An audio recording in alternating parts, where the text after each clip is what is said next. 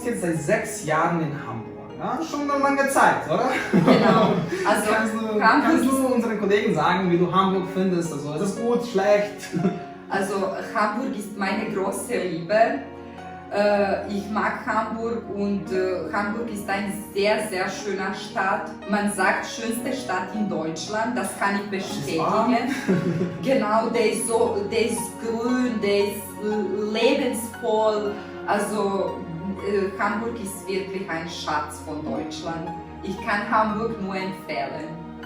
Ja, super. Dann vielen lieben Dank, Sandra. Ich hoffe, euch hat es gefallen und ihr habt was Spannendes, Interessantes, Neues gelernt. Und ja, jeder, der nach Deutschland kommen möchte, ist hier willkommen. Ne? Natürlich sehr gerne.